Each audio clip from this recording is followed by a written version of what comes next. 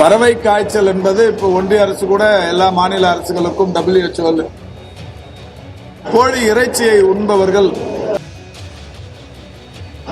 Oil எடுத்துக்கும் மக்கள் விழிப்புணர்வோடு இருக்க வேண்டும் என்கின்ற நிலையில்தான்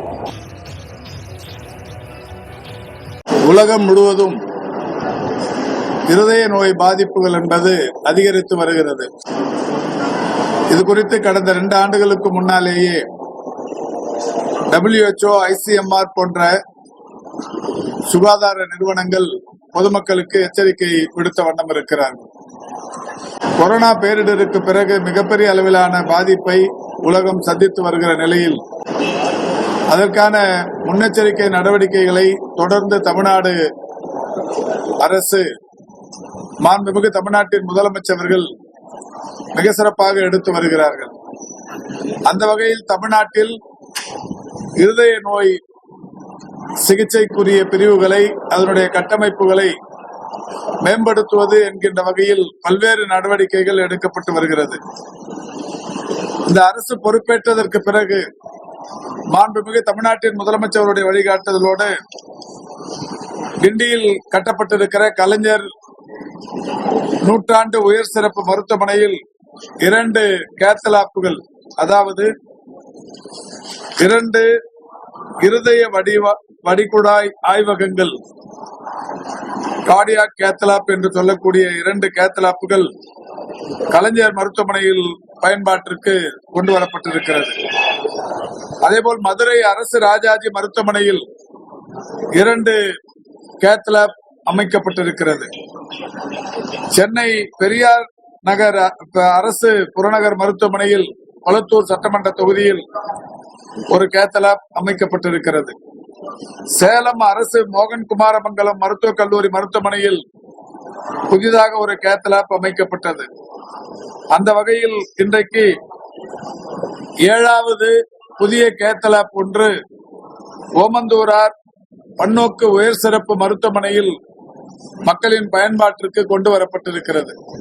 இந்த அரசு பொறுப்பேற்றதற்கு பிறகு மட்டுமே இதுவரை 7 கேத்தலாப்புகள் புதிதாக பயன்பாட்டிற்கு கொண்டு வரப்பட்டிருக்கிறது. இது மட்டுமல்லாது மாண்புமிகு முதல்வர் அவருடைய வழிகாட்டுதலின்படி மிக விரைவில் கடலூர், நீலகிரி, திருவள்ளூர், திருவண்ணாமலை ஆகிய 5 இடங்களில் கேத்தலாப்புகள், ராமநாதபுரம் ஆகிய 5 இடங்களில் புதிய கேத்தலாப்புகள் அமைப்பதற்குரிய நடவடிக்கைகள் எடுக்கப்பட்டு வருகிறது. பொதுவாக கேத்தலாப் இதனுடைய பணி என்பது மாரடைப்பு சிகிச்சைகளில் மிக சிறப்பான பணியை இந்த கேத்தலாப் செய்து வருகிறது. மாரடைப்பு ஏற்பட்ட நோயாளிகளில் கேத்தலாப் மூலம் அடைப்புகளை உடனடியாக அகற்றி இரத்த ஓட்டத்தை சீராக்க இது உதவுகிறது. அது மட்டுமல்லாது இருதய பாதிப்புள்ளவர்களுக்கு அறுவை சிகிச்சை இல்லாமலேயே இதய நாள அடைப்புகளை அகற்றுவதற்கு இது பயனுள்ளதாக இருந்து கொண்டிருக்கிறது. இருதய துடிப்பு குறைபாடு உள்ளவர்களுக்கான கருவி சிகிச்சை, பேஸ்மேக்கர் மற்றும் இம்ப்ளான்டபிள் கார்டியோவெர்டர் போன்ற கருவிகள் இதன் மூலம் பொருத்த இது பயன்படுகிறது. இருதய துடிப்பு குறைவாக உள்ள பயனாளர்களுக்கு பேஸ்மேக் பொருத்தப்படுகிறது. சீரற்ற இருதய துடிப்பு பயனாளர்களுக்கு ICD கருவி பொருத்தப்படுகிறது. இப்படி பல்வேறு வகைகளில் பயனுள்ள இந்த கேத்தலாப் சுமார் 8 கோடி மதிப்பீட்டிலானது இன்றைக்கு ஓமந்தூரார் பன்னோக்கு மருத்துவமனையில் திறந்து வைக்கப்பட்டிருக்கிறது. ஏற்கனவே இந்த மருத்துவமனையில் ஒரு கேத்தலாப் பயன்பாட்டில் இருந்தாலும் தினந்தோறும் அதில் சற்றப்ப 20 பேர் அதில் ப்ரொசீஜர் செய்து கொள்ளுகிற அந்த நிலை என்பது இருந்து கொண்டிருக்கிறது.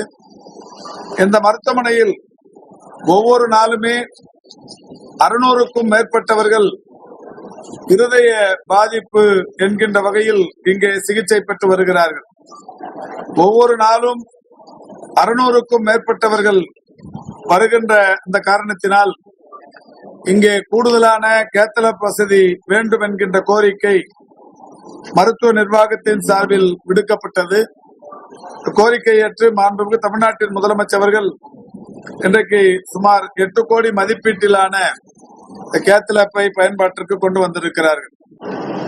இருதயவியல் துறையை பொறுத்தவரை மாதம் ஒன்றுக்கு 500 பேர் உள்நோயாளிகளாக இங்கே தங்கியிருந்து சிகிச்சை பெற்று வருகிறார்கள். இந்த ஓமந்தூரார் பன்னோக்கு உயர் சிறப்பு மருத்துவமனையை பொறுத்தவரை கடந்த 5 ஆண்டுகளுக்கு முன்னால் நாள்தோறும் ஒரு 500 பேர் மட்டுமே கொரோனா பயனாளர்களாக வந்து சிகிச்சை பெற்று வந்த நிலை மாறி இன்றைக்கு தினந்தோறுமான புறநோயாளிகள் 2500 கடந்து மிகப்பெரிய அளவிலான பயன்பாட்டில் இருக்கிறது. மாதம் ஒன்றுக்குமான பயனாளர்களின் எண்ணிக்கை 15,000 பேர். இருதய அறுவை சிகிச்சைகளை பொறுத்தவரை மட்டுமல்ல, பெரிய அறுவை சிகிச்சைகள் என்று எடுத்துக்கொண்டாலும் தினந்தோறும் ஒரு 25 அறுவை சிகிச்சைகள்,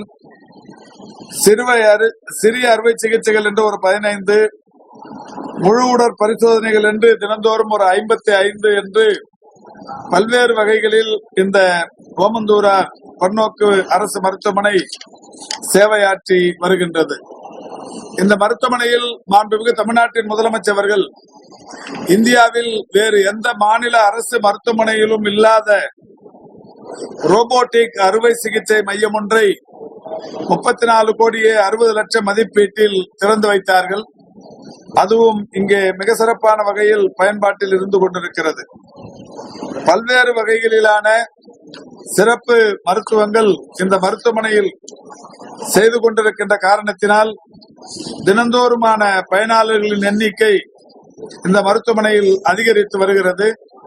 அதன் காரணமாகத்தான் இன்றைக்கு 8 கோடி மதிப்பீட்டிலான இந்த கேத்தலாப் ஒன்று இன்றைக்கு பயன்பாட்டிற்கு கொண்டு வரப்பட்டிருக்கிறது. மதுரை எய்ம்ஸ் கட்டிடம் கட்டுமானம் நிறைவடைய தருவாயில் இருக்கு. மதுரை எய்ம்ஸ் கட்டுமான பணிகள் நிறைவடையக்கூடிய தருவாயில் இருக்கு. திறப்பு விழா எப்ப பிளான் பண்றாங்க? தமிழக அரசு நிறைவடையக்கூடிய தருணத்தில் இருக்குன்னு சொல்ல முடியாது. ஒரு பிளாக் கட்டி நிற்கிறாங்க. இதுவும் கூட மாண்புமிகு முதல்வர் அவர்கள் எய்ம்ஸ் மருத்துவமனையின் கட்டுமான பணியை விரைவுபடுத்திட வேண்டும் என்று சொல்லி என்னையும் மரியாதைக்குரிய துறையின் செயலாளரையும் டெல்லிக்கே ஜப்பானுக்கே அனுப்பி ஜைகா நிறுவனத்தின் துணைத் தலைவர் அவர்களை சந்திக்க ஏற்பாடு செய்தார்கள்.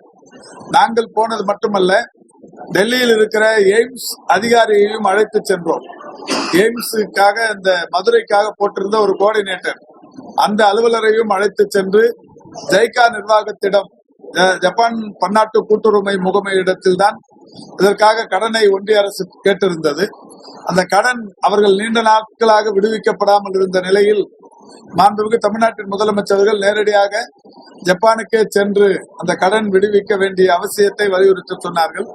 அந்த வகையில் நானும் துறையின் செயலாளரும் அந்த எய்ம்ஸ் மருத்துவமனையின் கோஆர்டினேட்டருமாக சென்று ஜைகா துணை தலைவரிடத்தில் கேட்டோம். கேட்டதற்கு பிறகுதான் அது டெண்டர் பைனலைஸ் செய்யப்பட்டு இப்பொழுது பணிகள் நடைபெற்றுக் கொண்டிருக்கிறது. முழுமையாக பணிகள் முடிவடைவதற்கு 2028 இறுதியில் ஆகும் என்று அன்றைக்கே ஜப்பான் நிர்வாகம் அன்றைக்கு சொன்னது. இருந்தாலும் மாண்புமிகு தமிழ்நாட்டின் முதலமைச்சர்கள் கடந்த 4 ஆண்டுகளாக இந்த எய்ம்ஸ் மருத்துவமனை ஏற்கனவே அடிக்கல் நாட்டிவிட்டார்கள். எப்படியாவது தமிழ்நாட்டில் செயல்படுத்திட வேண்டும் என்கின்ற வகையில் முதல்வர் அவர்கள் எய்ம்ஸ் மருத்துவக் கல்லூரியில் முதன்முறையாக ஒரு 50 மாணவருடைய சேர்க்கைக்கு முதல்வர் அவர்கள் ஒத்துழைப்பை தந்து ராமநாதபுரத்தில் இருக்கிற மாநில அரசு மருத்துவக் கல்லூரியில் அவர்களை சேர்க்க வைத்து இன்றைக்கு பாடம் நடத்தி கொண்டிருக்கிறார்கள்.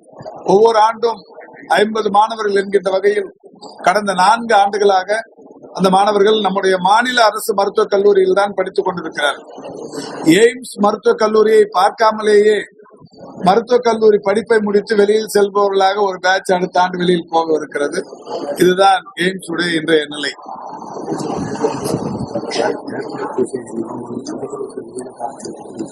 இந்த கேத்தலாப் இதுக்கான ப்ரொசீஜர்ஸ் எல்லாமே வெளியில போனா எவ்வளவு வரைக்கும் செலவாகும்?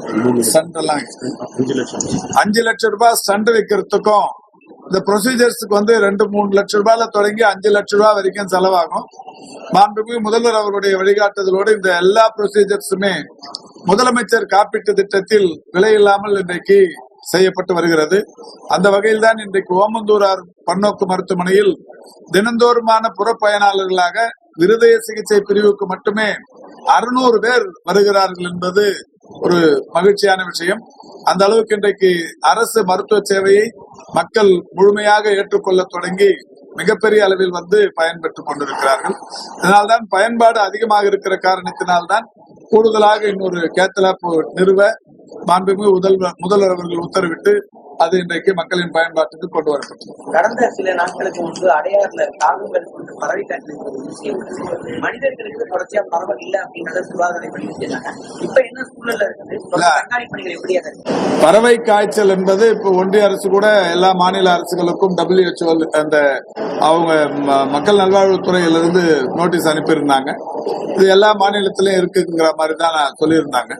ஆனாலும் அந்த தகவல் வந்த உடனே நம்முடைய பொது சுகாதாரத்துறை இன்னைக்கு அந்த காகங்களோ அல்லது கோழி போன்ற பறவை இனங்களோ திடீரென்று அதாவது காய்ச்சல் பாதிப்பு ஏற்பட்டு இறந்து போனால் அவைகளை கண்டவர்கள் உடனடியாக அதை ஆழ தோண்டி புதைக்க வேண்டும் என்று அறிவுறுத்தப்பட்டிருக்கிறார்கள். அதில் இந்த கோழி ஏதாவது இறந்துருச்சுன்னா இறந்த கோழியை யாரும் சாப்பிட வேணாம் அப்படிங்கிற மாதிரியான அறிவுறுத்தலும் விடுக்கப்பட்டிருக்கிறது. அதையும் கடந்து கோழி இறைச்சியை உண்பவர்கள் நன்றாக சமைத்த உணவையே உண்ண வேண்டும், ஆப் ஆயில் வந்து எடுத்துக்க கூடாது அப்படிங்கிறதையும் அறிவுறுத்தப்பட்டிருக்கிறது. அந்த வகையில் தமிழ்நாட்டில் அது வந்து இந்த அறிவுறுத்தல் என்பது, இந்த விழிப்புணர்வு என்பது மாவட்ட அளவிலான சுகாதார அலுவலர்கள் மிக சிறப்பாக செய்து கொண்டிருக்கிறார்கள்.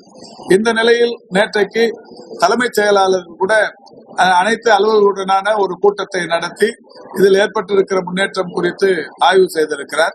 இந்த வகையில் தமிழ்நாடை பொறுத்தவரை பறவை காய்ச்சலினால் ஏற்படுகிற பாதிப்புகள் மனிதர்களுக்கு தொற்றாது, அது தொற்று நோய் அல்ல என்பது போன்ற விவரங்கள் தெரிவிக்கப்பட்டிருந்தாலும் மக்கள் வந்து விழிப்புணர்வோடு இருக்க வேண்டும் என்கின்ற நிலையில்தான் தொடர்ந்து இந்த செய்திகள் சொல்லப்பட்டு வருகிறது.